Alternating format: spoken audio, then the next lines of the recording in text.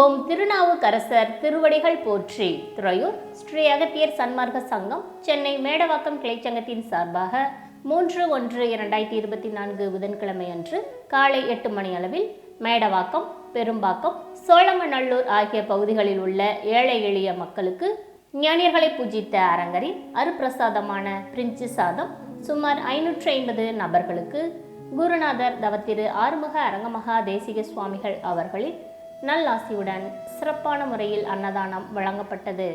தானத்தில் சிறந்த அன்னதானத்தை வழங்கிய இன்றைய உபயதாரர் திரு ஐயம்பெருமாள் அவர்களின் தாயார் திருமதி உலகம்மாள் அவர்களின் 2ஆம் ஆண்டு நினைவு நாளை முன்னிட்டு இவர்களது குடும்பத்தினர்கள் திருநெல்வேலி மாவட்டம் அகஸ்தியர்பட்டி.